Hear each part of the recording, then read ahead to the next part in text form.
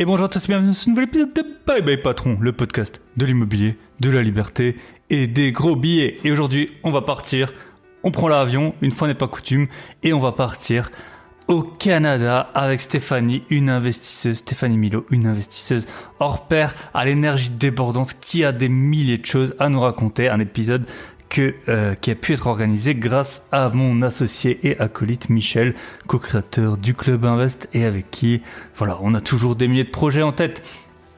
Si vous me rejoignez, je suis Bye Bye Patron et je suis investisseur immobilier depuis 2011, boursier depuis 2014, crypto depuis 2017. Dans ce podcast, on traite de tous les sujets autour du Bye Bye Patron pour vivre sa meilleure vie et avoir les moyens de ses envies. Pour ma part, j'ai 2 objectifs principaux par an, en plus de plein d'autres mini-objectifs. Acheter 5 biens par an et voyager dans 10 pays. Et ben, à l'heure où j'enregistre ce podcast, je suis de retour de Zurich. J'ai été à Zurich hier. Alors, Zurich, c'est pas la destination la plus exotique que j'ai fait cette année, mais c'est quand même exotique par rapport au prix. Alors j'ai regardé, c'est dans les classements entre la 2 et 3e ville la plus chère du monde après Hong Kong. C'est vrai que c'est assez incroyable les prix qu'on paye. J'ai payé par exemple 2 pizzas dans un restaurant, on va dire assez classique, 66 €. Je suis allé rendre visite à mon cousin qui habite là-bas. Il paye entre 1000 et 1500 € une chambre en colocation dans un appartement bien placé, mais pas avec des finitions non plus extraordinaires. Voilà, 3 cocktails. On est sorti le samedi soir, 3 cocktails, dont un cocktail sans alcool, 60 €. Donc il faut avoir fait des gros billets quand vous allez là-bas, ou alors ne pas y rester très longtemps. Voilà, pour un week-end, c'est un peu égal, le montant qu'on paye sur ce genre de conso. Mais c'est vrai que ça m'a impressionné. J'ai déjà visité des pays qui sont chers, par exemple l'Islande, le Danemark, la Suède c'était un peu moins cher, même aux États-Unis souvent c'est assez cher. Là, c'était encore un niveau au-dessus. J'ai trouvé, par contre, le constat que j'ai pu faire, c'est que tout est de plutôt bonne qualité. Toute la nourriture, toutes les boissons, les cocktails, ils sont vraiment faits avec minutie. Donc, on paye cher, mais on a la qualité en contrepartie. Là où dans d'autres endroits, on paye un peu moins cher et il y a beaucoup moins de qualité. J'ai également pu déjeuner avec Rémi, un auditeur du podcast qui travaille sur place. Et donc, je fais ma première annonce.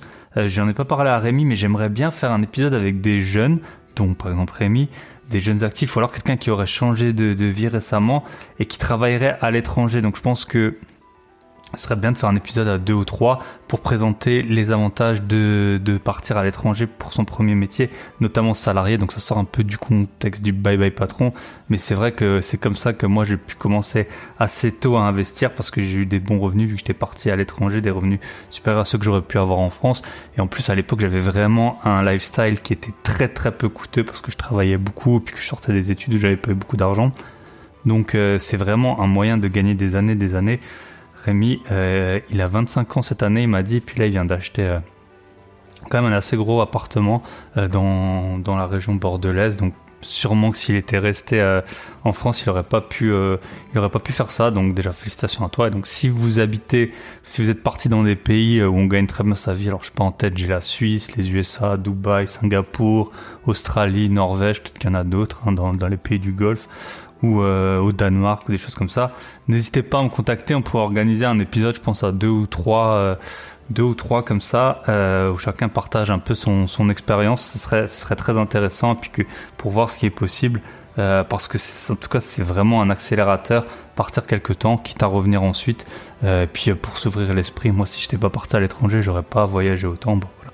Ma vie aurait été sûrement très différente. Je sais pas si j'aurais été plus ou moins heureux, mais en tout cas c'est sûr qu'elle aurait été très différente. Qu'est-ce que je peux vous dire d'autre? Merci, j'ai eu beaucoup de retours par rapport à l'épisode avec David Combe. C'est vrai que il pèse comme dans le game, on peut dire ce qui est. Donc il y a eu pas mal de partages en story. Donc 14 Jacob, 14 Jacob, Franco Schmutzi, Anthony Gemtel, j'entretiens chez vous, Trading Imo Christophe, Laetitia Combe, donc la femme de David.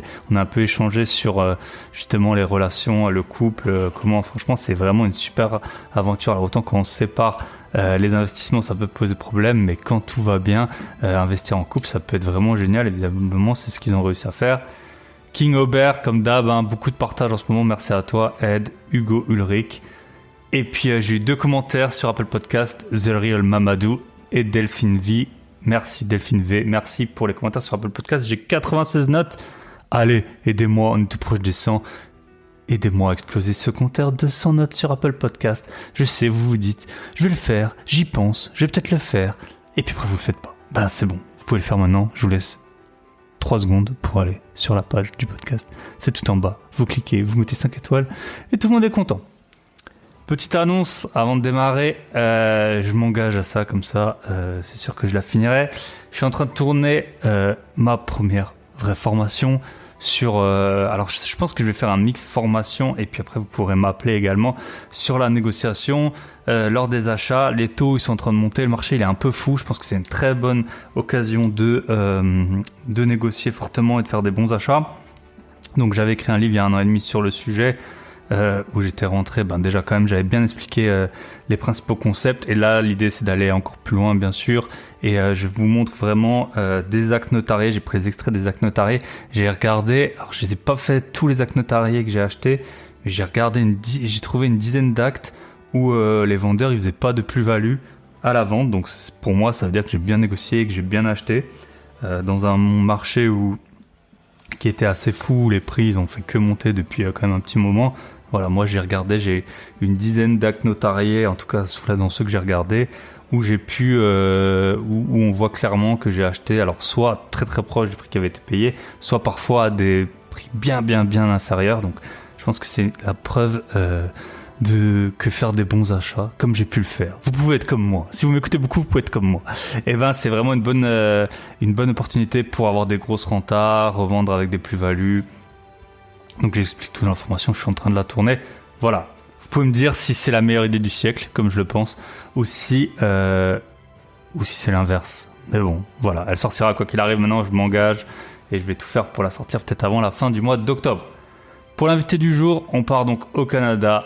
Alors vous pouvez trouver des défauts à ce podcast, mon accent, la façon dont je parle, peut-être la musique d'intro, ou que sais-je, mais je pense que je suis le podcasteur le plus cosmopolite du game. J'ai reçu de tout. J'ai reçu une personne surendettée, j'ai reçu des personnes qui ont des dizaines de lots, des millions de patrimoine. J'ai eu des investisseurs en Thaïlande, j'ai eu un joueur de poker au Cambodge, une investisseuse en Argentine, une à Dubaï, un à Budapest à qui on va rendre visite. J'ai enregistré avec un investisseur en Espagne, j'ai pas encore publié l'épisode. J'ai une invitée dans les starting blocks pour la Tunisie. Et voilà, je cherche toujours des invités qui investissent dans tous les pays des francophones. C'est quasiment sûr, sinon je passerai pas un épisode en anglais ou dans une autre langue, surtout si je la parle pas sur le podcast. Mais si vous connaissez des francophones qui investissent en Afrique, qui investissent, je sais pas moi, au Mexique, Bali, on connaît un peu, hein, y a déjà eu des contenus là-dessus. Pourquoi pas, mais il y a déjà eu des contenus là-dessus. Ou que sais-je, aux USA, j'avais eu Hippolyte qui habite aux USA et qui avait un peu parlé du marché là-bas, mais il est pour l'instant pas vraiment investisseur à ma connaissance. Donc voilà, si vous connaissez des gens qui investissent à l'étranger, ils seront les bienvenus sur le podcast. Je vous laisse avec Stéphanie. Il y a Michel qui est un peu sur le côté pendant l'épisode. Vous allez voir, il parle de temps en temps. Elle a vraiment une énergie phénoménale. Elle a un parcours de folie. J'ai adoré faire cet épisode. C'est super inspirant. Quand j'ai fini l'épisode, mais j'étais remonté à bloc. Merci à Stéphanie. On se retrouve de l'autre côté. Et bonne écoute à tous.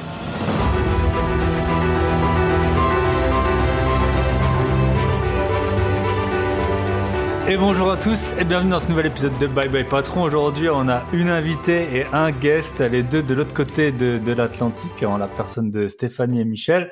Comment ça va ? Chez vous, c'est le midi, c'est la pause de midi.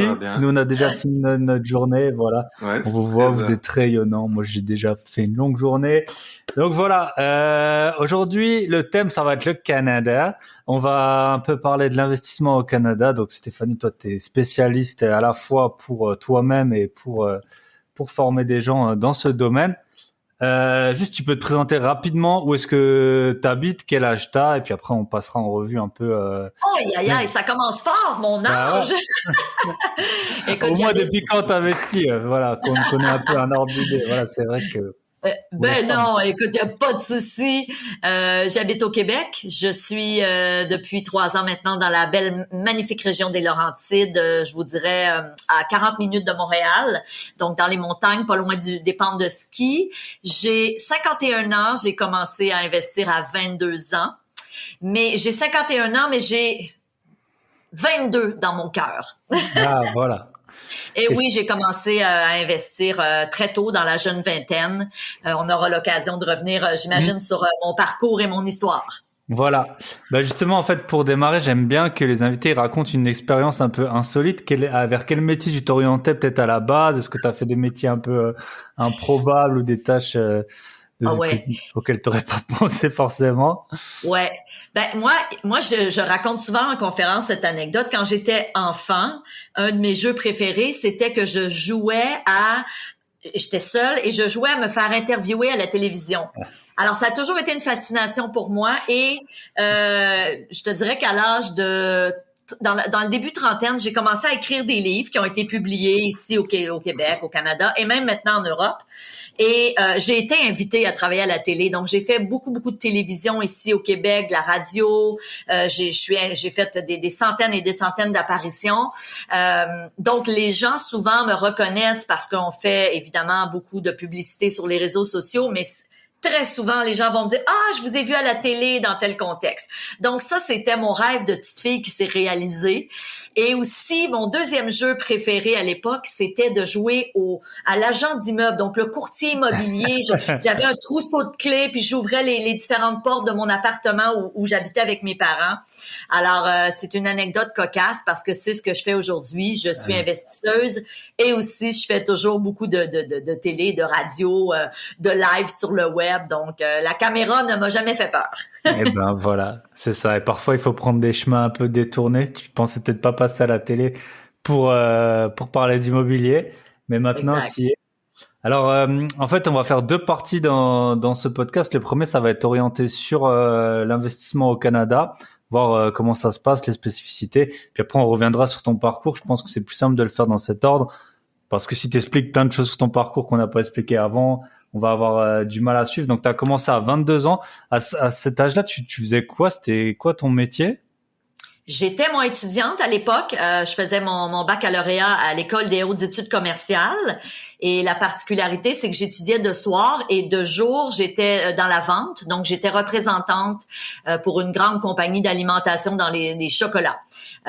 Et c'est là qu'un jour, quand j'étais sur les bancs d'école, le professeur qui nous enseignait, moi j'étudiais en marketing, avait dit, si vous voulez un jour être indépendant financièrement, pensez à soit partir en affaires, donc créer une entreprise, ou encore investir en immobilier. Et moi, de par mon désir, tu sais, mon goût depuis ma tendre enfance de jouer au courtier avec mes clés, j'ai dit oh wow, l'immobilier, et c'est comme ça que ça a commencé. Donc j'avais un job le jour, j'étais étudiante de soir et j'ai fait ma première acquisition comme ça à 22 ans. OK. Et donc on va parler on peut en parler déjà maintenant par rapport au financement au Canada. Souvent il faut mettre quand même pas mal de cash en apport, non? Pas nécessairement. Écoute, monsieur, madame, tout le monde croit que ça prend un apport. Nous, ici au Canada, on appelle ça une mise de fonds, mais prenons la terminologie pour que tout le monde comprenne bien. Donc, on a souvent cette croyance que ça prend un apport de 10-20%, alors que la réalité, c'est que si on y va par les voies traditionnelles, oui. Alors, je m'en vais à la banque, à l'institution financière, je demande un prêt hypothécaire et je dois mettre un apport. Mais ce qu'il faut comprendre, et c'est ça que c'est une de ces stratégies qu'on enseigne dans le programme de formation Immo Réussite, c'est que il y a plein de stratégies de financement créatif. Il faut comprendre que moi, quand j'ai débuté à l'époque, j'ai acheté un premier 3 appartements, j'ai mis un petit apport, mais par la suite, quand j'ai continué à investir jusqu'à aujourd'hui, j'avais pas toujours besoin de mettre un apport, sinon c'est irréaliste. Alors, j'ai utilisé ce qu'on appelle des stratégies de financement créatif. Il y en a plusieurs, hein, la balance de vente. Je sais pas si c'est quelque chose que vous connaissez, pas du tout. Mais c'est le vendeur qui vous finance la mise de fonds. Et évidemment, il y a le prêt privé. Il y a ce qu'on appelle ici au Québec le love money, donc de l'argent qui vient de quelqu'un de ton enfant. Vous connaissez ça. Donc, il y a plein de stratégies. Et pour moi, un investisseur immobilier aguerri et qui veut avoir un parc immobilier intéressant se doit d'apprendre ces stratégies s'il veut avoir un parc intéressant. C'est mon opinion. OK. Donc, à l'époque, tu en avais mis un peu. Tes économies du travail, en fait. Oui, parce qu'à l'époque, je ne connaissais pas ce que je sais aujourd'hui. Il y a 30 ans.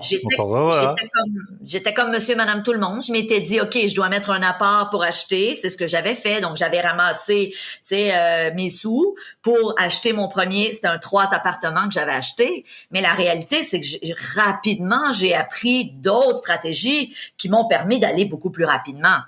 Bien sûr, ouais. Puis, je crois que, pour ceux qui voient pas, c'est Michel, l'associé de Thibaut. Parce que j'ai pas dit que j'étais là. Moi, je crois qu'à un moment, tu t'es associé aussi, si je me rappelle bien, quand on avait discuté ensemble avec ta belle-sœur ou une cousine. T'as raison, Michel, avec ma belle-sœur.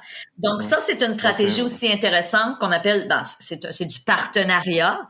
Et dans cette association-là, on a acheté ensemble 2 gros biens immobiliers, un 12 appartements et un 16 appartements en Mauricie. Donc pour les gens qui connaissent, là, c'est dans le bout de Trois-Rivières au Québec.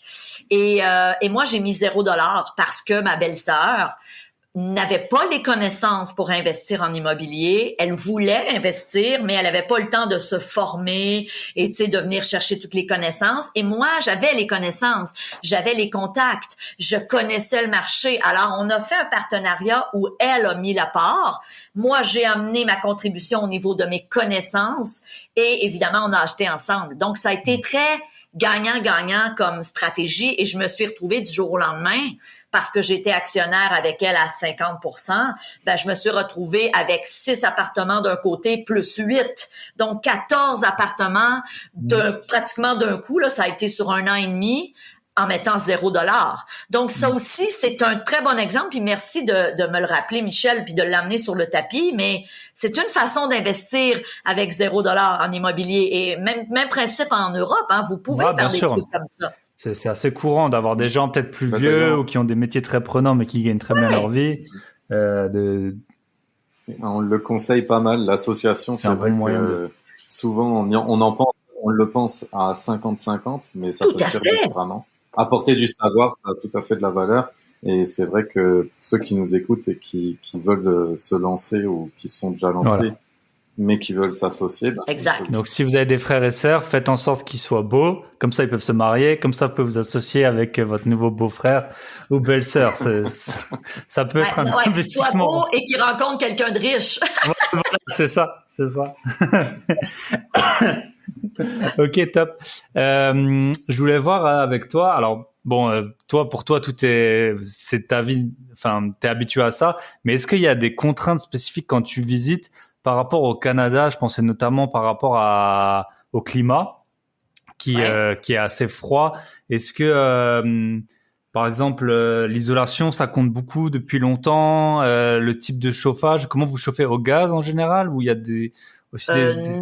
Écoute, les vieux bâtiments vont parfois être chauffés au gaz, mais exemple, moi, dans tout mon parc immobilier, j'avais à l'époque un immeuble qui était au gaz que j'ai converti en chauffage électrique. Donc, je te dirais que la majorité des biens aujourd'hui sont chauffés électriques et ce sont les locataires qui payent l'électricité et non pas le propriétaire. Okay. Quand c'est un immeuble chauffé au gaz, souvent, ça va être à la charge du propriétaire.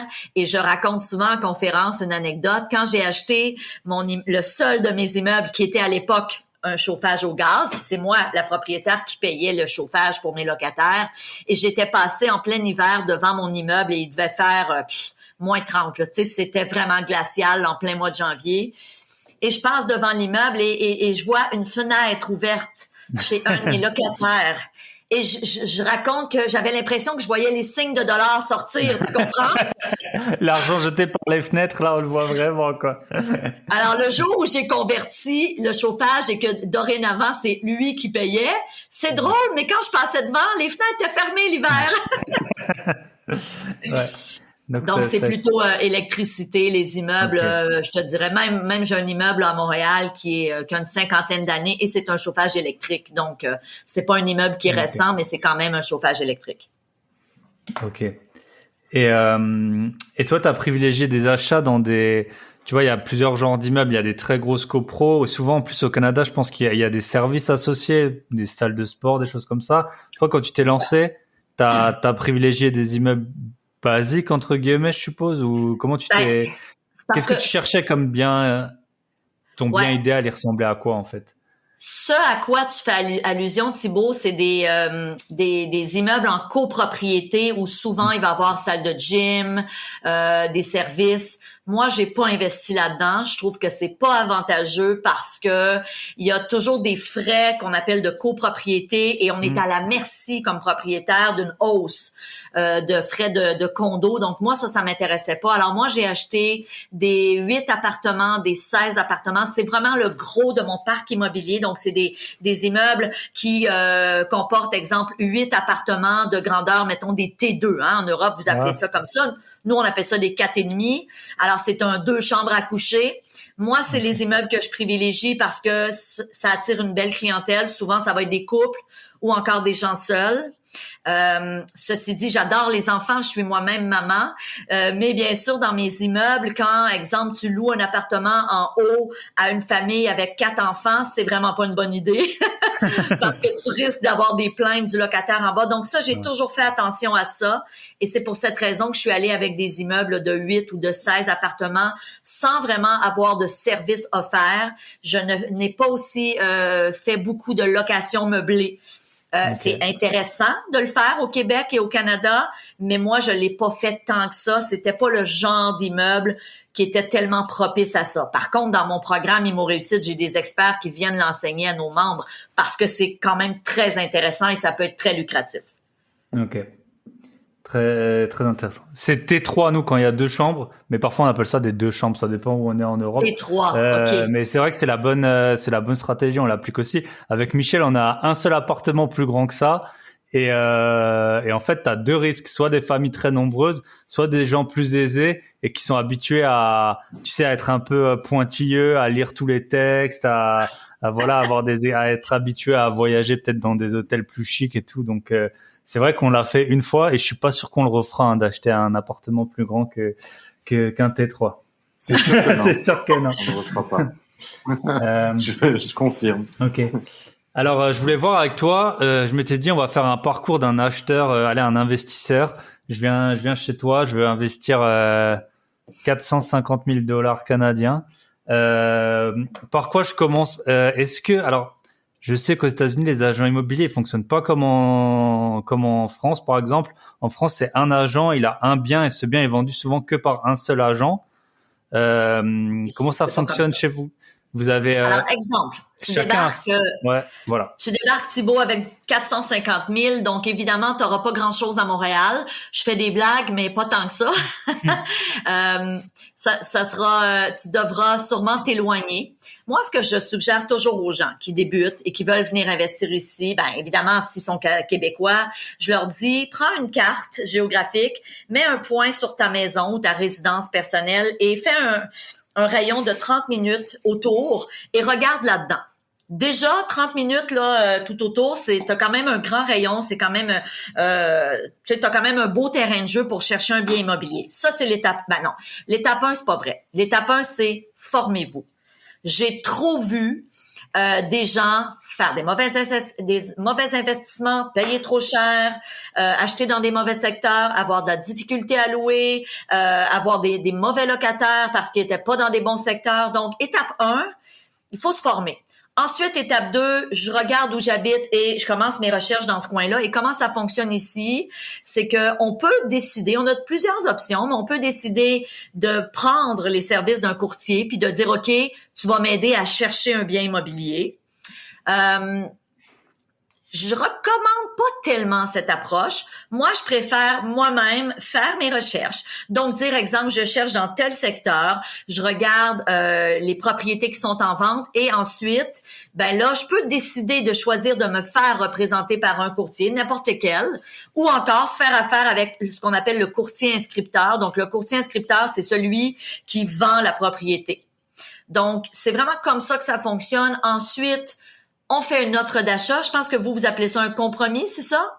D'abord, on fait une offre et après, on signe un compromis qui est beaucoup plus formel avec beaucoup plus de clauses légales, etc. De clauses. Bon, fantastique. Donc, nous, ici, c'est tout d'un coup. Alors, on fait une offre d'achat.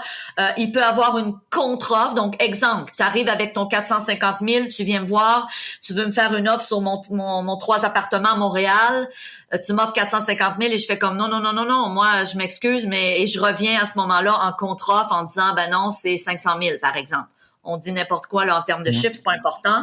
Donc, il peut avoir cette petite négo. Et ensuite, évidemment, il y a la visite. Parce que depuis quelques années au Québec, avec le marché qui a été en ébullition, souvent les courtiers immobiliers demandaient d'avoir des offres d'achat acceptées avant de visiter le bien. On peut le comprendre pour ne pas faire déranger les locataires pour rien. Alors, c'était pas fou comme approche, mais évidemment, à partir du moment où on s'est entendu sur un prix, ben là, il y a une visite et ensuite, on doit remplir les conditions. Donc, aller chercher le financement. Et moi, ce que je dis à mes membres, super important, et j'ai vu trop cette erreur-là dans les 2 dernières années, des gens qui faisaient une offre d'achat et qui retiraient leurs conditions d'inspection en bâtiment. Je pense que vous, du côté de l'Europe, vous appelez ça le diagnostic. On est là pour le plan, l'électricité, les choses comme ça, le thermique et tout ça. Ben exact. Nous, on a ce qu'on appelle un inspecteur en bâtiment qui va aller voir le bien immobilier, qui va monter sur la toiture, voir l'état des portes et fenêtres, de l'électricité, de la plomberie, etc., l'état des différents appartements. Alors, c'est quelques centaines de dollars. Ça peut être un millier de dollars si c'est un plus gros bâtiment, mais ça vaut la peine et c'est pour moi... Tu sais, je donne souvent cet exemple. Si tu vas t'acheter une paire de souliers... et que au final tu les essaies pas, t'arrives chez toi, ça fait pas. Bon, t'as dépensé, je sais pas, 100 €, mais tu sais, là, tu t'apprêtes à acheter un bien immobilier de quelques centaines de milliers de dollars et tu vas même pas valider si la santé au niveau de la structure est là. Pour moi, c'est un non-sens. Donc, ça, c'est l'étape qui vient par la suite.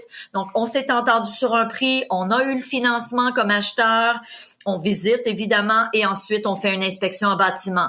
Si tout est beau, ensuite on passe chez le notaire et on devient propriétaire et ensuite on va rencontrer nos chers locataires. Ok. Et l'inspecteur, vas-y. Excuse-moi. Ouais, je voulais dire, entre le moment où tu es d'accord sur un prix, tu vas voir le bien, mais tu te rends compte qu'en fait, les photos, c'est pas du tout ce que c'était la vérité. Et en plus, le diagnostic qui te revient et donc l'expertise, elle est super précise, hein, j'en ai vu. Franchement, c'est impressionnant. Tu dois tout noter. Vraiment, c'est pas comme en France où on fait venir un gars qui reste 30 minutes. Mais à partir de là, on peut repartir en négociation. Non seulement, Michel, puis merci d'amener la précision, on peut repartir en négo ou se retirer. Parce que nous, ce qu'on enseigne à nos membres, c'est quand vous faites une offre d'achat, il y a une multitude de conditions que vous allez mettre qui vont vous permettre de vous sortir du deal si vous changez d'idée. Parce qu'évidemment, vous avez fait une offre d'achat sur quelque chose que vous avez même pas visité. Alors moi, évidemment, ça se peut qu'en visitant, je me rende compte que, oh my God, non. C'est pas, soit que les photos ne rendaient pas justice ou que les photos n'étaient pas toutes là. Donc, je veux avoir une clause qui est clairement écrite, qui dit si suite à la visite ou encore au diagnostic, je ne suis pas content, je me retire et il n'y a aucun frais. Alors ça, c'est une protection.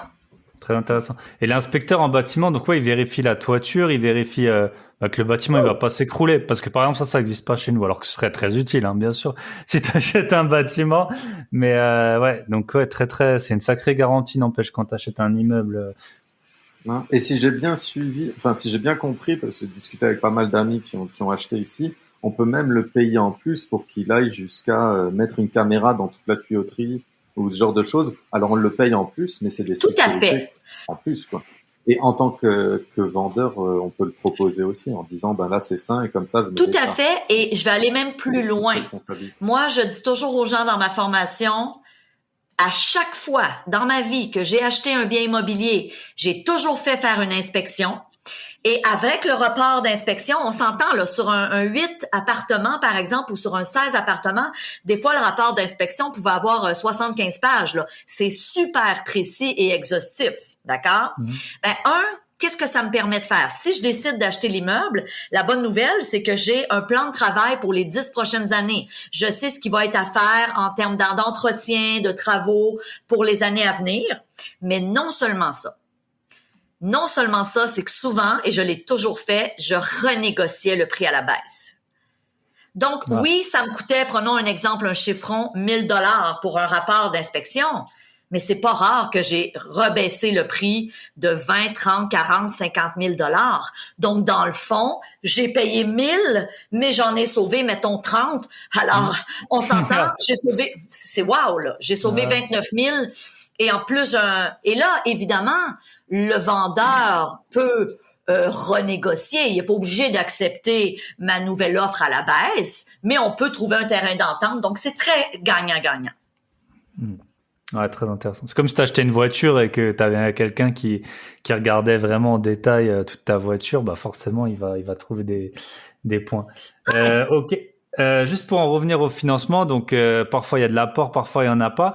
C'est quelle durée qu'on peut avoir au Canada et quel type? C'est des taux fixes, des taux variables que vous avez? On a les deux, taux fixes et taux variables. On peut avoir des durées d'hypothèque ça dépend, 25 ans, 30 ans ou moins. C'est sûr que si on achète un bien qui est hyper rentable dès le jour 1 et qu'on veut, tu sais, j'ai exemple des gens qui joignent la formation, ils ont 50 ans, ben ils ont peut-être pas envie de mettre une hypothèque sur 25 ans. Alors ils peuvent, si l'immeuble est rentable, ils peuvent dire moi je vais le payer en 15 ans.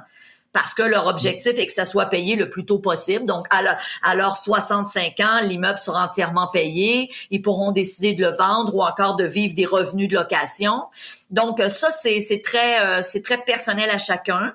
Les taux peuvent être fixes ou variables. Personnellement, j'ai toujours pris des taux fixes. Et je me tape dans les mains actuellement. Alors, se taper dans les mains en bon québécois, ça veut dire que je suis vraiment contente actuellement parce que avec la légère hausse des taux qu'on a vu ici au Canada, les taux variables ont été très malmenés. On va dire ça comme ça. Moi, je suis une investisseuse malgré la grosseur de mon parc immobilier. J'ai toujours été quelqu'un d'assez... je vais pas dire insécure, c'est pas le bon mot, mais je joue plutôt safe. Je m'excuse de l'anglicisme, là, mais je suis prudente. Je cherche comment? Prudente. On va dire ça comme ça.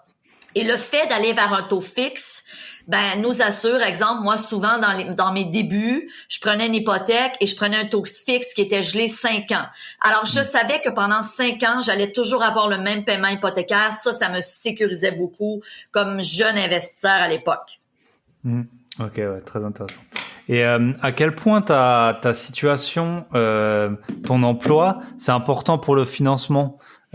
Tu vois, par exemple, en France, si t'as pas d'emploi, même si t'es entrepreneur et que tu te payes pas vraiment, que tu laisses tout l'argent sur ta société, c'est assez compliqué de lever de l'argent. Parce que aussi, en France, la garantie, elle est plutôt sur ta personne que sur le bien. C'est plutôt toi qu'on va harceler pour que tu payes. En Amérique du Nord, je pense que c'est un peu différent. C'est plutôt sur le bien. Donc, est-ce qu'on peut emprunter un peu importe sa situation ou... Faut faire attention. Si on va avec du 4 appartements et moins, donc 4, 3, 2, 1. Effectivement, on va regarder vos revenus. Donc, vos revenus, votre salaire ou encore vos revenus d'entreprise, bon, etc. Parce que la banque, donc l'institution financière, prend pour acquis que si vous avez 1 ou 2 appartements vacants, on va revenir vers vous et dire « Hey, tu dois payer l'hypothèque ». Ceci dit, le conseil super important que je dis toujours aux gens, c'est tournez-vous vers du 5 appartements et plus. dans un monde idéal. Peut-être pas pour le premier achat parce que ça peut être insécurisant, mais rapidement, quand on vient chercher des connaissances et qu'on se forme, on gagne en confiance. Et quand on achète du 5 appartements et plus ici au Québec, au Canada, ben la banque regarde est-ce que l'immeuble est rentable. Donc, est-ce que l'immeuble dégage ce qu'on appelle un cash flow positif. Donc, qu'est-ce qu'un cash flow positif? C'est que j'ai des dépenses, moins mes revenus, il reste de l'argent tous les mois. C'est ça que la banque va regarder. Donc, rapidement, moi, j'emmène mes membres à se tourner éventuellement vers du 5plex et plus. Donc là, vos revenus personnels sont beaucoup moins regardés et évalués. Ok, très très intéressant. Et bon, pas à Montréal, mais en dehors du Québec, c'est quoi à peu près le ticket d'entrée pour 5 lots et plus? Combien il faut? Écoute, 1 million de dollars? Oh non, mais non, pas du tout. Pas. À Montréal, oui. Mais écoute, si tu t'éloignes, il y a des régions où ça peut être 300 000. Tu sais, si tu vas vraiment loin, mais tu peux, tu sais, je pense entre autres, tu vois, en ce moment, ici, dans la région où je suis, il y en a un 5plex qui s'est vendu, mais moi, je suis pas loin de Montréal quand même, j'étais à 35 minutes. Puis ça s'est vendu un petit peu plus que 600 000. Mais exemple, j'avais un coaching cette semaine avec un gars du Grand Nord, donc vraiment dans le nord du Québec. Puis tu sais, lui, il m'a montré un 4plex, 4 appartements, et c'était 259 000. C'est vraiment pas cher, là. Vraiment pas. J'ai une petite coupure. C'était combien le 4 appartements? 259 000 pour un quadruplex. Ah ouais, ok. Mais on s'entend, il est éloigné, là. Je vous dis pas il faut prendre l'avion. Enfin... non, mais il faut rouler longtemps en voiture. Ok. Et quelle rentabilité on peut espérer sur ce type d'appartement? Combien si tu payes dans ces régions où c'est un peu moins cher, je sais pas, 400 000 dollars chaque année, ça te rapporte combien à peu près un immeuble comme ça? Si t'as fait une bonne affaire, on va dire. Tu vois, lui, là, si je prends le sien, il y avait 36 000 dollars de revenus pour un prix payé de 259 000. Donc, c'est quand même bien, là, en termes de rentabilité, c'est intéressant. Bien sûr, le 36 000, tu dois déduire de ça tes dépenses. On se comprend, là, c'est pas 36 000 dans tes poches, mais quand même, c'est quand même intéressant. Ouais, bien sûr. Et là, tu as ton cash flow qui est positif si tu as emprunté sur 20 ans ou 25 ans. Tout à fait. Okay, exact. Top. Et je voulais voir encore avec toi, c'était les locations, les locataires. C'est quoi comme type de bail? Tu as des durées fixes, tu as des durées... Parce que moi, t'as des pays d'Europe où tu peux sortir comme en France quand tu veux, tu as un préavis. Tu as des pays où tu as un bail pour 2 ans, par exemple, et si tu pars avant, tu payes plus ou moins, ou soit tu t'arranges, mais sinon... Tu payes les 2 ans. Comment ça se passe chez vous? Ici, je te dirais que majoritairement, c'est des bails des baux de 12 mois. Et la particularité aussi au Québec, c'est que les gens, en majorité, entrent tous dans nos appartements le 1er juillet et le bail va jusqu'au 30 juin de l'année prochaine. Ça, c'est la majorité. Il y a des exceptions. Je vous donne un exemple. Actuellement, j'ai un de mes appartements à louer. Ben, les gens vont rentrer en octobre ou en novembre. Et là, on va signer un bail de plus de 12 mois. Ça va être peut-être de 19 mois. Donc, c'est souvent des baux de 12 mois. Les gens sont garants de leur bail. Par contre, il y a une pratique qui est de plus en plus courante ici, c'est qu'on peut céder notre bail si on ne veut plus y habiter. Moi, comme propriétaire, je préfère toujours reprendre, dire à la personne, OK, c'est correct. Exemple, j'ai un petit couple dans un de mes immeubles qui se sont achetés une maison cet hiver. Donc là, évidemment, ils voulaient pas amener leur bail à terme au 30 juin, donc je les ai libérés parce que je savais que j'allais relouer rapidement. Fait que ça dépend du propriétaire. On a quand même de la latitude, mais évidemment, on a ici une institution qui s'appelle la Régie du logement. Maintenant, ça s'appelle le tribunal administratif. Et ça régit les relations locataires-propriétaires. OK. Et si tu as un problème avec ton locataire, tu vas là-bas. Ouais. Mais moi, je dis souvent, ça fait 29 ans que j'investis et je suis allée une fois en 29 ans à la régie, du temps où je m'occupais moi-même de gérer mes locataires, parce qu'aujourd'hui, j'ai une compagnie qui s'en occupe pour moi, une compagnie de gestion. Mais dans toutes les années, là, je m'en suis occupée pendant 15 ans quand même et je suis allée une fois à la régie. Mais sans vouloir me vanter, j'étais une très bonne propriétaire dans la mesure où j'étais parlable. Moi, j'ai toujours dit, tu sais, je sais pas si vous connaissez cette expression, une main de fer dans un gant de velours. Connaissez-vous? Ouais. Ah. Donc,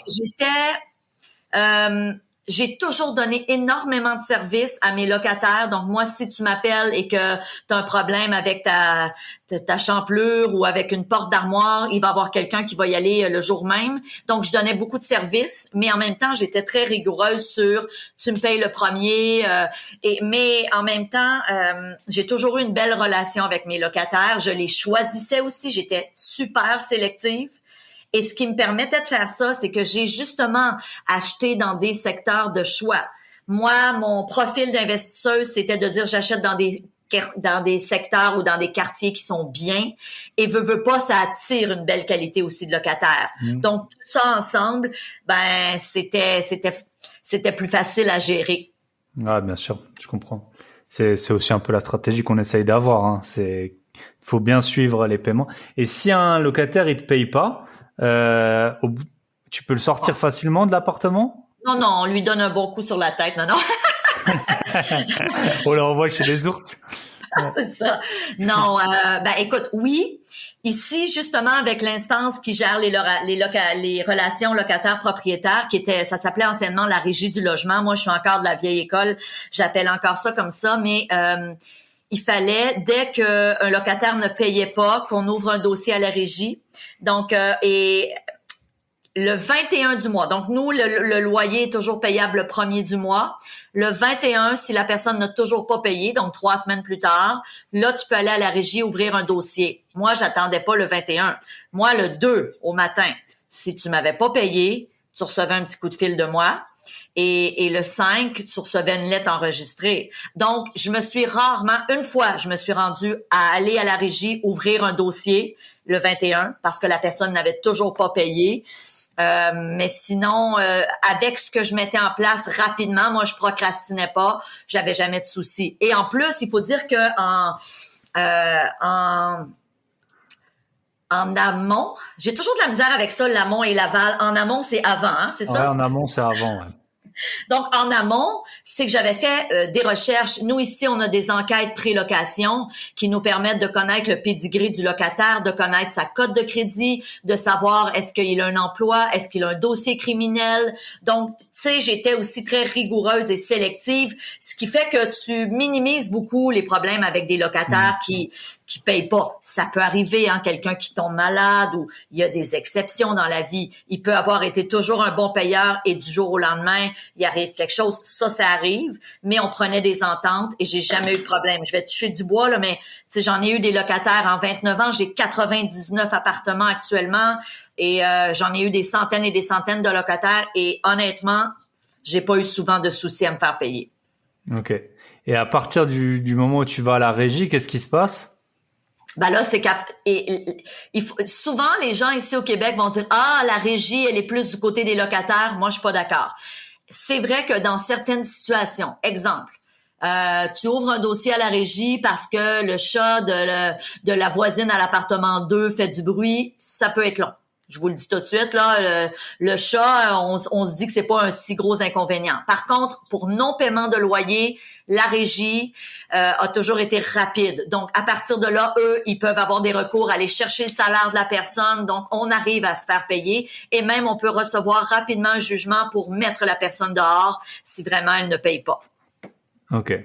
Rapidement, c'est 2 mois, 3 mois, quelques mois. Enfin... Oui, et même quand on l'a mis dehors, on peut avoir une saisie sur son salaire, même quand il n'est plus là. OK. Donc, tu récupères. Bien plus efficace qu'en France, quoi. Et en France, c'est différent. On a des assurances. Oui. Ouais, maintenant. Mais aussi au Québec, il n'y a pas de dépôt de garantie. Il n'y a pas de, c'est interdit. Attention. Enfin. C'est interdit de l'obliger. C'est interdit de l'obliger. Ouais. On peut le demander et le locataire peut dire non. Okay. On se comprend? Ouais. Tu sais, exemple, il y a des gens des fois qui me posent la question, est-ce que Stéphanie, on peut demander des chèques post-datés? Alors, le locataire entre et on lui demande une série de 12 chèques. Tu peux le demander, mais il n'est pas obligé d'accepter. Vous comprenez? Fait que c'est ça, là. Il y a c'est pas illégal de le demander, mais ça serait illégal de l'obliger. Okay. Voilà la distinction. OK. Ce que je voulais voir encore avec toi, avant qu'on passe sur ton parcours, c'était les impôts et les taxes. Les Quand, petits impôts. quand t'achètes, t'as une taxe de bienvenue, non? Ou quelque chose comme ça qui s'appelle. Ouais. Ouais, Euh, bienvenue dans notre ville. Ouh! Ouais, ça fait partie de la vie. Moi, j'invite mes membres à toujours le calculer dans leur calcul de rentabilité. Alors oui, c'est une réalité auquel on doit faire face. Ça, c'est une chose. Ensuite, évidemment, il y a les impôts. Mais moi, j'ai une philosophie qui est plus je paye d'impôts, ça veut dire que plus je fais de l'argent. Donc, j'ai pas vraiment de souci avec ça, dans le sens où et j'ai aussi un très bon fiscaliste qui est très by the book, donc mais qui connaît aussi la loi, les meilleures pratiques, qui m'a rapidement invité à me structurer au niveau fiscal pour que ce soit avantageux pour moi et tout ça dans la légalité, bien sûr. Là, moi, je dis toujours à mes membres dans la formation, je vais jamais vous enseigner des trucs qui sont sur le bord de la légalité. Non, non, moi, je vous enseigne des trucs légaux parce que je veux bien dormir et je veux que vous dormez bien. Là. J'ai pas envie qu'au bout du nez nous pende le fait que l'impôt peut revenir sur nous. Donc, mais il faut se structurer. Alors, un bon fiscaliste, on en a dans la formation, va vous donner les bons conseils pour aller chercher la meilleure structure fiscale pour que ce soit le plus avantageux pour vous. Mais tu sais, les taxes, ça fait partie de la vie. Et je dis toujours aux gens, si tu connais quelque chose qui va me permettre de m'enrichir sans payer de taxes tout à fait légalement, appelle-moi, je vais aller prendre un café avec toi. Ouais. Ok. Et quand tu achètes, ça représente combien cette taxe sur un pourcentage du prix du bien? Ouais, est-ce qu'on parle de la taxe de bienvenue? Ouais. Ouais, c'est en fonction de la valeur. Donc, plus tu payes cher, exemple, moi, j'avais acheté un appartement à Laval que j'avais payé, ma résidence personnelle, là, j'avais payé un petit, 1 million, un petit peu plus, là, avec les taxes, quand même des sous. Et j'ai reçu toute une taxe de bienvenue, là. C'était comme genre 12 000 là. Fait que oui, mais là, je trouvais ça beaucoup parce que c'était pour ma résidence personnelle. Fait que j'étais comme, oh my God. Mais on s'entend que si j'achète un bien immobilier d'1 million, qui abrite, je sais pas, moi, 5 appartements, ben oui, je vais payer une taxe de bienvenue de 10 ou 12 000 canadiens, mais en même temps, ça passe dans les revenus de location. C'est les locataires qui, au final, ça leur est un peu refilé, vous comprenez? OK. Ouais, donc c'est un montant, c'est raisonnable, c'est 1 et quelques % du prix d'achat. C'est sûr que les gens aiment pas ça, là, parce qu'on préférait ne pas avoir la payer, mais c'est comme ça. OK. Et après, sur tes locations, ça dépend comment tu te structures. Soit tu as une société, si tu es en nom propre, c'est c'est sur tes revenus classiques. OK. Et quand tu revends, tu as aussi une taxe sur la plus-value? Non, attention. Oui, tu as un gain en capital, pas sur ta résidence personnelle.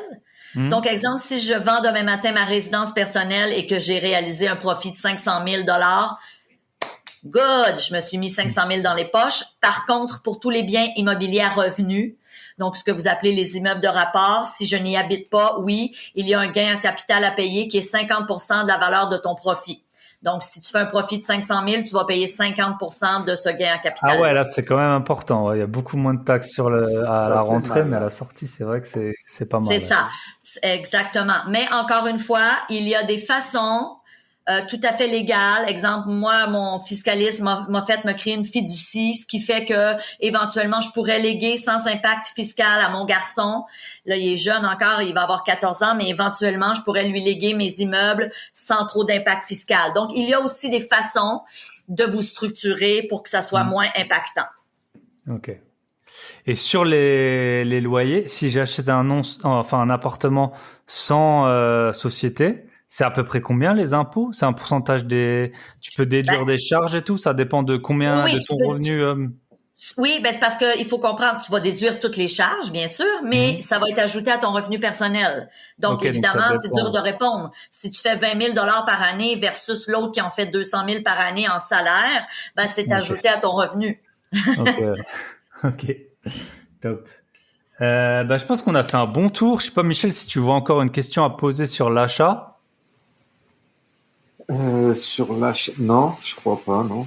On a bien tout détaillé, là. C'était vraiment chouette. Merci. Ok, du coup, pour la deuxième partie, on va voir un peu, ton point de départ, on l'a vu, ton parcours. Donc, 22 ans, tu as acheté trois appartements. Tout de suite après, ça a été l'opération avec ta belle-sœur? Non, oh non, non, non, pas du tout. Non, non, je connaissais même pas mon mari à l'époque. J'avais un autre mari. Moi, j'ai eu plusieurs maris, hein. Non, c'est pas vrai. Ok. J'en ai eu juste 2. Et je suis toujours avec le deuxième. Ok. Non, à 22 ans, j'ai acheté mon premier 3 appartements. Comme je vous disais tantôt, j'étais étudiante au HEC, puis j'avais un job de jour là, comme représentante des ventes. De l'âge de 22 ans à 30 ans, je n'ai rien fait d'autre en investissement immobilier, autre que acheter une résidence personnelle, mais je veux dire, j'ai pas acheté d'immeubles à revenus, donc d'immeubles de rapport, de 22 à 30 ans. J'étais aux études, ensuite j'ai été en business, donc j'ai lancé une entreprise. Alors toutes ces années-là, j'avais mon 3 appartements dont je m'occupais, mais je regardais pas trop des immeubles à revenus. Et à l'âge de 30 ans, moi, j'étais retournée étudier après mon bac en marketing. Je suis retournée étudier en pédagogie et je suis allée chercher mon brevet d'enseignement. Donc, à 30 ans, j'étais professeure. Et un jour, il y a une collègue à moi qui m'a amené une petite découpure de journal et il y avait une soirée d'investisseurs immobiliers. Et c'était, je pense que c'était le lendemain soir. Et elle me dit « Hey, Stéphanie, ça risque de t'intéresser. » Et je me suis pointée à cette soirée le lendemain. Et ça a changé ma vie.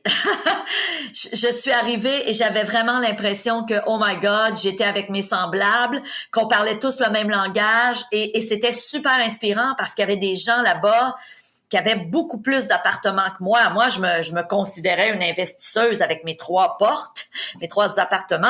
Mais là, j'ai trouvé chaussures à mon pied. Il y en a qui avaient 8, 16, 100 appartements et j'ai fait comme, oh my God, c'est possible. Et moi, j'ai bien des défauts, mais il y a quelque chose que c'est que j'ai confiance en moi dans la vie. Et je me suis toujours dit, si lui ou elle est capable, ben moi, je suis pas plus folle que lui, je vais réussir et je vais emprunter le même chemin.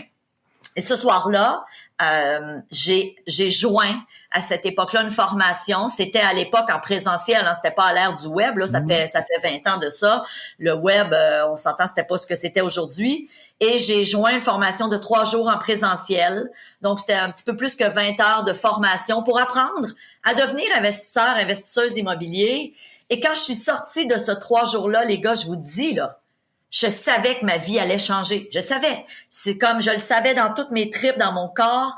Et pas longtemps après, j'ai acheté un premier 8 appartements dans les mois qui ont suivi. Et ensuite, ça a déboulé très rapidement. Un autre 8 appartements, un 16 appartements, un autre 16 appartements. Plus tard est venu l'achat avec ma belle-sœur, mais ça, c'est arrivé quand même plus tard. Et ça a été très rapidement jusqu'à aujourd'hui, 99 appartements. Là-dedans, j'ai fait du flip immobilier. Donc, ici au Canada, on appelle ça du flip. Vous appelez ça de l'achat-revente rapide dans le but de faire un profit. J'ai fait de l'autoconstruction en groupe. J'ai fait du partenariat. Tu sais, j'ai fait beaucoup de trucs en immobilier. Alors, ça a été très rapidement à partir du moment où je me suis formée. Et c'est pour ça qu'il y a quelques années, c'est un de mes amis, Olivier Roland. Je sais pas si vous le connaissez. Ah, il est passé sur mon podcast. Bon, ben, Olivier, on s'était rencontrés à Miami. Ça a l'air cool de dire ça, hein? On s'est vu, Olivier et moi, à Miami, mais c'était vrai. On était tout un groupe de web entrepreneurs, dont Olivier Séban, que vous connaissez aussi peut-être, qui enseigne l'immobilier. Là-bas, c'était Olivier qui organisait cette rencontre-là. Et on gagnait toute notre vie sur le web. Mais moi, à l'époque, j'enseignais pas l'immobilier. Moi, j'étais plus en développement personnel sur le web. Et Olivier m'avait dit, moi, je suis intéressée à t'interviewer sur ton rôle d'investisseuse immobilier. Et grâce à Olivier, puis je vais toujours l'en remercier, c'est lui qui m'a challengé, qui m'a dit, Steph, ça n'a pas de bon sens que tu n'enseignes pas ta méthode. T'es une femme, premièrement. T'es une bonne formatrice. T'es inspirante. Donc, je dis ça là humblement. Et c'est grâce à Olivier que j'ai décidé de fonder ma formation en ligne Immo Réussite. Puis ça aussi, ça a changé ma vie. Donc, voilà un peu mon parcours. Très intéressant. Et tu vois là, parce que je reviens alors je sais pas quand le podcast sera diffusé dans les prochaines semaines. En fait, le week-end dernier, on avait le plus gros événement d'investissement immobilier de France. On était, je sais pas, quelques milliers, peut-être 5000. Et wow. C'est vrai que tu as beaucoup de formateurs et tout qui te disent aller à des événements, c'est là où tu rencontres. Alors souvent, eux, ils organisent des événements. Donc pendant longtemps, je me posais la question, tu vois, à quel point c'était objectif. Mais c'est sûr que j'ai été tu vois des gens, ils sont, nous on est déterminés, mais il y en a, ils sont encore, ils sont prêts à habiter dans une ruine pendant 1 an, ils sont prêts et tu rencontres des gens et ça va super vite, quoi. En 2 jours, tu peux acquérir. Déjà moi via le podcast, je rencontre beaucoup de gens, mais là, en 2 jours, j'en ai vu peut-être 50 et tu peux t'inspirer d'eux. C'est hyper incroyable. Et puis on dit ce que ça fait, Thibaut. Ce que ça fait, c'est que ça ouvre tes œillères et ça te permet de commencer à croire que c'est possible pour toi aussi. Et c'est ça qui est puissant. Moi, j'ai toujours dans toutes les sphères de ma vie, je cherche un exemple à suivre. Et puis c'est vraiment dans toutes les sphères, là. Quand je vous dis, moi j'ai 51 ans, là. Ben, à chaque décennie, moi je vais chercher des photos, puis je pourrais vous le montrer, là, c'est pas des blagues ce que je vous dis, là. Je peux même vous le montrer si vous voulez. Mais allez hop. Je sais que je suis drôle là, mais ben là, est-ce que les gens vont nous voir, ils font juste nous entendre? Je mettrai ce passage, je le mettrai. OK. Ben moi, à chaque décennie, j'ai une des croyances que je veux vieillir en santé et en beauté. Donc, à chaque fois que j'atteins un cap d'une nouvelle décennie, je vais voir des femmes 10 ans plus vieilles que moi. Et là, je vais chercher des exemples. Donc, ici, là, on en a. Là, je les ai toutes collées ici dans mon livre. Donc, ça, c'est tout. C'est des femmes connues, là. C'est des actrices. Il y en a que vous connaissez là-dedans. Il y en a des françaises. Il y en a et là, et puis je prends des femmes inspirantes parce que je me dis, si elle, puis il y en a pas juste une, là, vous avez vu, il y en a plein. Si elle a réussi, moi, je peux. Même chose en immobilier. Quand j'ai débuté, je me suis collée à des gens qui avaient plus d'appartements que moi parce que je me disais, ils vont m'inspirer. Il y a une expression qui dit, si tu veux apprendre à voler, tiens-toi pas avec un dindon. Un dindon, ça ne vole pas. Ouais. Voilà. C'est très utile. Et puis, c'est pour ça que nous, on montre le chemin à certains et puis certains nous montrent le chemin pour certains domaines. Et après, toi, tu peux être bon en investissement, moins bon en sport ou l'inverse. Et tu peux avoir, donc c'est bien d'avoir des modèles. Et puis c'est ça, t'as beaucoup de gens sur Internet qui sont pas toujours légitimes. Si toi, t'arrives à prouver ta légitimité, et ben après, t'as les gens, ils ont juste à faire comme toi. Hein. Et parfois, j'envoie à Michel des gars qui ont réussi et qui ont l'air idiots, tu vois. Il y en a, parce que l'argent et l'intelligence, c'est pas toujours lié. Et je lui envoie à Michel et je lui dis, mais regarde, si lui, il arrive, peu importe le domaine, si lui, tu vois, je suis plus impressionné par un idiot qui a réussi que par un gars super brillant, parce que le gars super brillant, peut-être que, voilà, il a des prédispositions.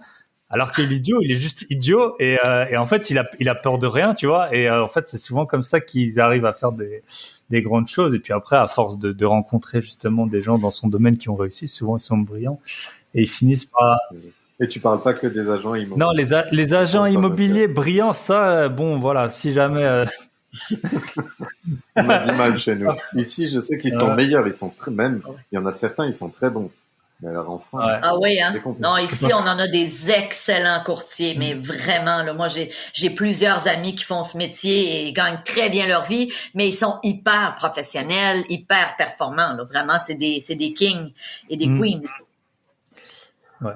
Ok. Et comment t'as fait pour gérer tous ces achats? On a vu que tu les as achetés très vite. Il y avait tes immeubles, ils étaient déjà loués ou il y avait des gros travaux? Bon, on a vu que t'as fait un peu de tout, mais comment t'as réussi à gérer tellement d'acquisitions d'un point de vue juste pratique, gérer les travaux, gérer les financements, gérer les locataires? Je suis venue folle. Non.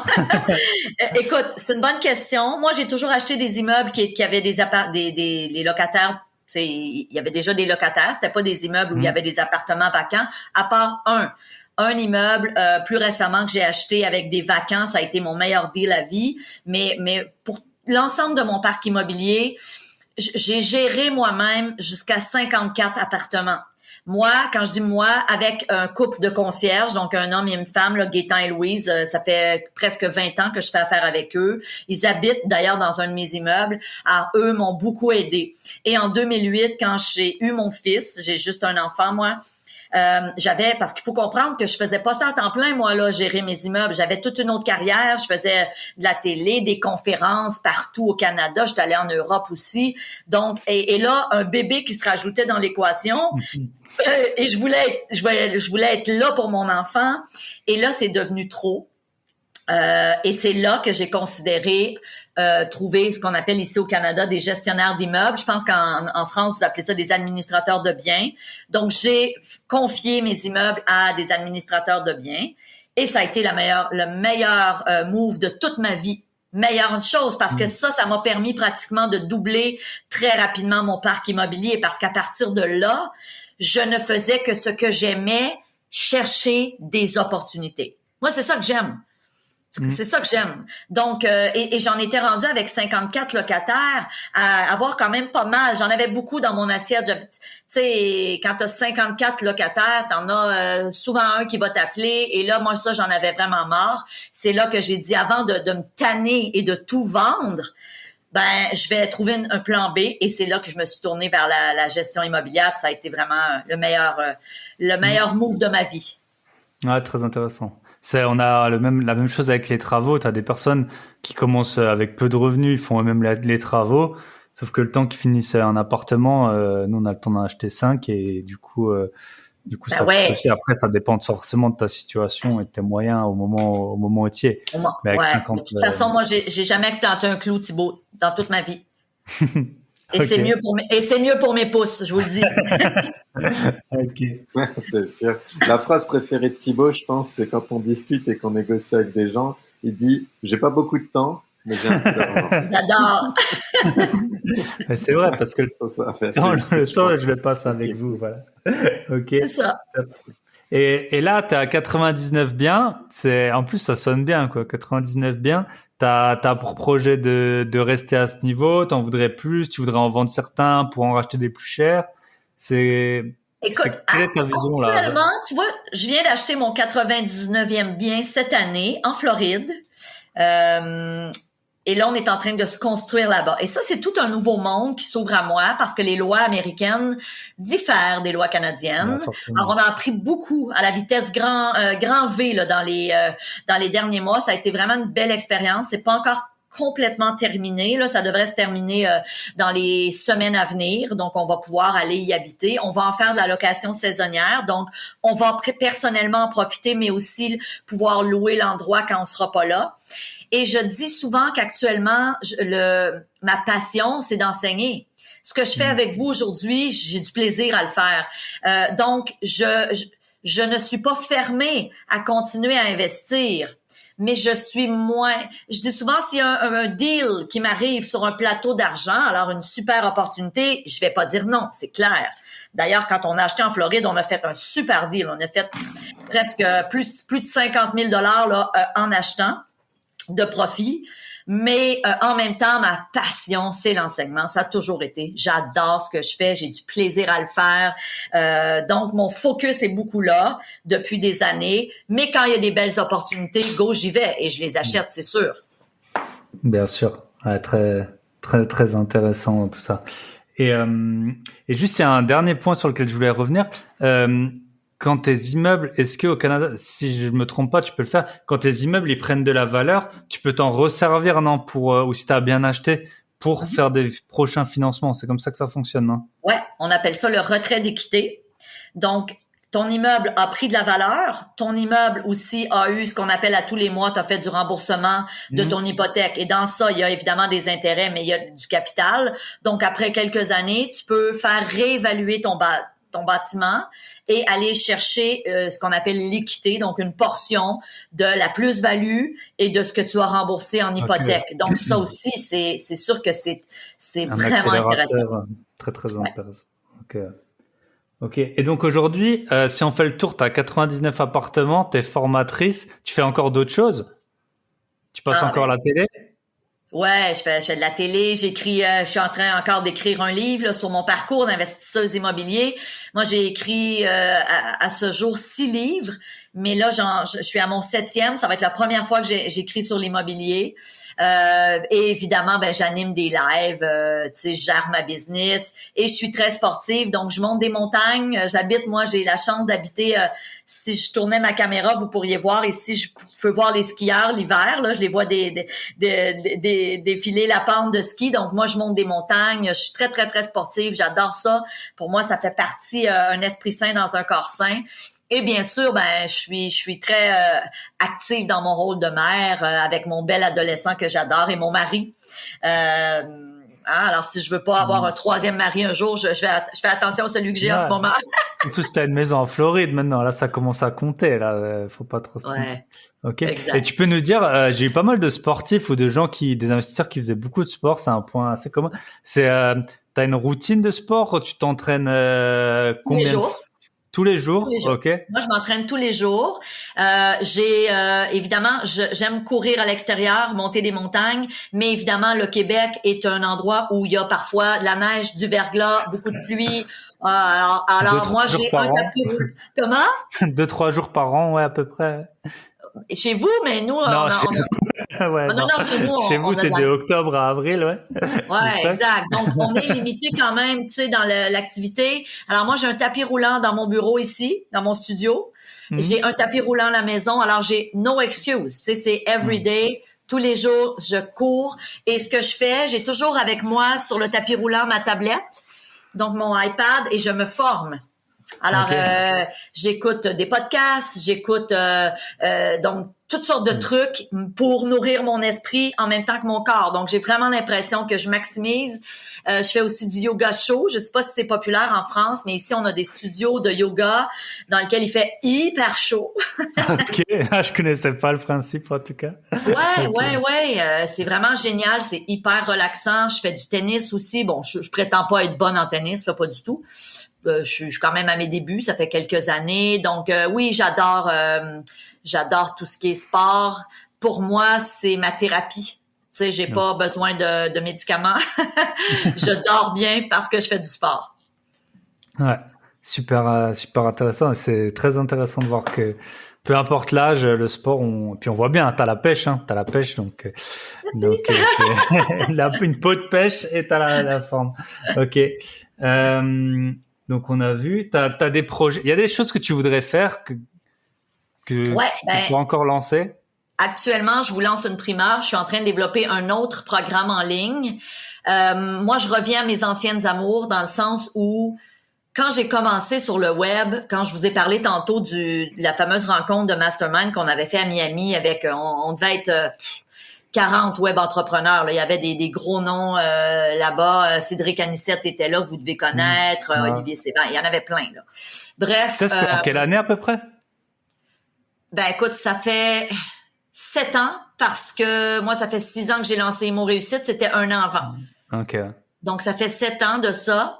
Et moi, j'étais dans le développement personnel. Donc, j'avais des programmes de formation en ligne sur la psychologie positive, sur l'ADN du succès, etc. Et là, je relance dans quelques mois un nouveau programme qui va s'appeler Mindset Réussite. Parce que pour moi, je réalise que ce qui a fait mon succès, non seulement comme investisseuse, mais aussi comme web entrepreneur à succès, comme auteur à succès, comme conférencière, parce que j'ai donné des milliers de conférences en présentiel sur des stages avec 5, 6, 700 personnes. Ben tout ça n'aurait pas été possible si j'avais pas travaillé toute ma vie mon mindset. Moi, j'ai commencé à investir dans mon cerveau et à travailler mes croyances quand j'étais jeune. Je devais avoir 17 ans quand j'ai lu le fameux livre que vous avez sûrement lu, Think and Grow Rich, donc Réfléchissez et devenez riche de Napoléon Hill. Pour moi, ça a été un déclencheur. J'ai fait comme, OK, je peux réfléchir et faire de l'argent. Et je n'ai jamais arrêté. J'ai fait toutes les formations d'Anthony Robbins, j'ai fait toutes les formations de T. Harv Eker. J'ai fait Brandon Bouchard aux États-Unis. Tu sais, j'ai investi beaucoup. Moi, je crois que quand on se forme pour s'améliorer comme être humain, comme entrepreneur, ben on y regagne au centuple. Et alors là, je me relance dans quelques mois une nouvelle formation en ligne sur le mindset. Donc, ça sera pas juste pour les investisseurs immobiliers, ça va être pour tout le monde. Quelqu'un qui est auteur et qui va avoir plus de succès, quelqu'un qui est, je sais pas moi, qui est dans la crypto-monnaie. Tu sais, c'est pas tant ce que tu fais, c'est plus comment je peux travailler mon mindset pour être au top dans ma vie à tous les niveaux. Et être au top dans sa vie, ça veut pas juste dire faire de l'argent. Pour certaines personnes qui nous écoutent, c'est juste de dire je veux avoir une belle vie équilibrée, je veux être bien dans mon couple, je veux être bien dans ma relation avec mes enfants. Tu sais, le succès et le bonheur, c'est tellement relatif d'une personne à l'autre. Bien sûr. Puis il y a plusieurs piliers. Il y a ta santé, il y a l'argent, il y a ta famille, il y a l'endroit où tu habites. Il peut y avoir plein de choses. Mais je pense que tu as vraiment raison et c'est super cool.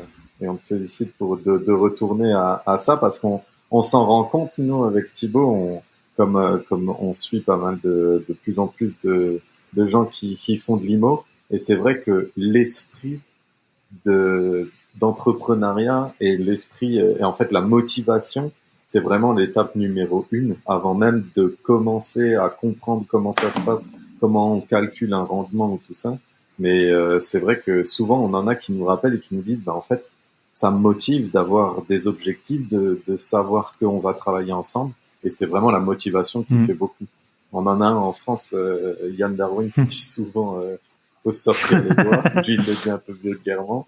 Ben, en vrai, la motivation, c'est... Ouais, puis avoir des objectifs, raison, et puis après, puis quand tu veux quelque chose... C'est top. Quand t'as un objectif, c'est comme ça qu'on est heureux, surtout quand on tend vers cet objectif. C'est pas trop quand on l'a réalisé, mais c'est souvent en tout cas pour les objectifs professionnels. Ok, top. J'ai des questions pour la fin. Vas-y. Normalement, je fais un podcast d'1 heure, mais là, voilà, on est déjà à 1 heure, mais ça fait super plaisir. Et puis, il faut bien qu'on paye le déplacement, hein. En tout cas, le déplacement de Michel jusqu'au Canada. La première, c'est quel est le meilleur conseil qu'on t'ait donné? Alors, t'as dit que t'as suivi pas mal de formations. Peut-être c'est dans une formation, peut-être ça peut être. Est-ce que quand tu parles du meilleur conseil, est-ce que c'est en lien avec l'immobilier ou pas nécessairement? Forcément. Non, plutôt justement dans ta vie. Après, ça peut être dans l'immobilier, hein, regarder les tuyaux, je sais pas, faire appel à un inspecteur. Mais plutôt dans ta vie. Non, pour faire du pouce sur ce que vous avez dit, moi, ce à quoi j'adhère le plus et le meilleur conseil qu'on m'a donné, c'est ton attitude génère ton altitude. Et ça, j'y crois. Tu sais, je dis toujours à mes membres, t'as beau venir chercher toutes les connaissances, justement comme tu me disais, Michel, sur comment calculer la rentabilité, comment dénicher des bons deals, mais en même temps, si t'as des peurs, t'as des doutes, ben tu vas procrastiner. Donc, travaille ton attitude, travaille ton mindset. Et moi, là, vraiment, c'est ce que j'ai cultivé toute ma vie, dans toutes les sphères de ma vie, autant dans mon rôle de maman. J'ai lu tous les ouvrages qui existent sur comment être une bonne mère, comment gérer un poupon, ensuite un enfant, après ça un ado. En ce moment, on est dans l'adolescence. Et j'ai plein d'amis qui ont des enfants du même âge et qui me disent « Oh, comment ça se fait, toi, que c'est si facile avec ton fils? Je suis pas mieux qu'une autre. » Mais je suis allée chercher les outils, je comprends dans quelle étape de sa vie il est rendu. Donc, tu sais, nourrissez votre mindset. Moi, c'est le meilleur conseil qu'on m'a donné, que j'ai suivi et que je continue à faire au quotidien. Ok, top. Ton attitude, c'est quoi ton attitude? Génère ton altitude. Oui. Très intéressant. Et ben j'ai une dernière question pour toi. Est-ce que tu as, si on appelle ça un peu un life hack ou je sais pas, quelque chose qui fonctionne bien que tu fais soit dans ton organisation. Donc là, ça peut être plutôt dans ta vie pro. Comment, tu vois, tu as plusieurs activités. Comment peut-être est-ce que tu te les notes? Est-ce que le soir tu penses au lendemain? Tu te lèves tôt, tu te couches tard? Est-ce que tu as un petit tips à nous partager? Moi, je suis une couche-tôt, lève-tôt. Donc, moi, c'est pas rare que je me couche à la même heure que mon adolescent. Et heureusement, mon mari est comme moi. Mais ça, c'est moi. Tu sais, moi, j'ai toujours cru en la maxime qui dit « L'avenir est aux gens qui se lèvent tôt ». Et ça fait mon affaire de croire ça. Je dis pas que c'est la vérité, mais pour moi, ça fonctionne. Et je suis une fille hyper organisée, performante. Et j'explique ce que je veux dire, puis c'est pas pour me lancer des fleurs, mais moi, j'ai étudié beaucoup la gestion du temps. Je l'enseigne aussi d'ailleurs dans ma formation. Je l'ai enseigné à l'époque quand j'enseignais, parce que j'ai enseigné aussi à l'université. Et pour moi, les principes de gestion du temps, c'est pas tant le nombre d'heures que tu travailles dans une journée, c'est plutôt est-ce que tu travailles efficacement. Alors moi, si je décide que je travaille 2 heures aujourd'hui, mais que je suis focus, ça va être incroyable le boulot que je vais pouvoir accomplir en 2 heures, alors que d'autres vont mettre 6 heures pour faire les mêmes tâches parce qu'ils sont toujours dérangés, parce qu'ils sont pas focus. Donc moi, ça, j'ai compris ça parce que je veux pas travailler beaucoup. Moi, mon idéal est de travailler 15 à 20 heures semaine et c'est ce que je fais pas mal depuis des années. Donc, je travaille pas plus que ça. Puis, j'ai déjà mis un peu plus de temps, mais tu sais, j'ai jamais été une workaholic. Jamais. Pour moi, la vie est tellement belle et il y a tellement d'autres choses. J'adore ma business, j'adore ce que je fais, mais j'adore être avec mon mari, j'adore voyager, j'adore être avec mon enfant, j'adore être là pour mes parents, j'adore faire des soupers entre amis. Donc, la vie, c'est pas le travail pour moi, mais pas du tout. La vie, c'est un équilibre, c'est le plaisir, c'est la liberté. Mais pour ça, pour dire je travaille pas beaucoup d'heures dans une semaine, faut être focus, faut être organisé. Donc oui, j'ai un agenda. Je sais tout le temps dans ma tête, là, c'est très clair pour moi ce que j'ai dans la semaine à venir, là. Je le sais par cœur. Qu'est-ce que j'ai demain? J'ai toujours mon agenda en tête. Je travaille avec Outlook, hein, qui est, vous connaissez ça. Et si une journée, j'ai pas eu le temps de faire mes priorités, je le mets au lendemain. Je travaille beaucoup avec la loi de Pareto, donc le 80-20. Hein? Alors, je focus sur le 20% dans lequel je suis la meilleure. C'est quoi mon 20% aujourd'hui? Ben aujourd'hui, c'est d'être avec vous parce que j'espère vous donner du contenu intéressant. Ça va. C'est ça que j'aime. Tu comprends? Donc, je vais pas passer 3 heures dans mes emails alors que je peux être avec vous. Ça, c'est mon 20%. Et il y a personne d'autre qui peut le faire à ma place. Mais il y a plein d'autres choses que mon équipe peut faire à ma place. Donc ça, je le délègue. J'ai jamais eu de misère à déléguer non plus. Je ne suis pas micro-management. Donc, tu sais, je t'en donne des trucs en rafale, mais c'est vraiment comment je suis. Et moi, ça me réussit. OK. Eh ben, top. Je pense qu'on a fait un bon petit tour, Stéphanie. C'était vraiment un plaisir de t'avoir. Si on veut te contacter, écoutez, les gens peuvent évidemment me trouver partout sur les réseaux sociaux, imoréussite.com. Si vous tapez Stéphanie Milot dans Google, vous allez arriver sur ma chaîne YouTube, sur mes profils Facebook. J'ai des groupes Facebook en immobilier aussi. J'ai une chaîne YouTube très remplie avec même des trucs en développement personnel pour les gens qui auraient envie de me suivre plus. Tu sais, parce que là, on parle d'immobilier aujourd'hui, mais c'est pas parce qu'on est investisseur qu'on veut pas travailler sur nous-mêmes. Donc, en allant voir ma chaîne YouTube Stéphanie Milot, les gens vont me trouver très facilement.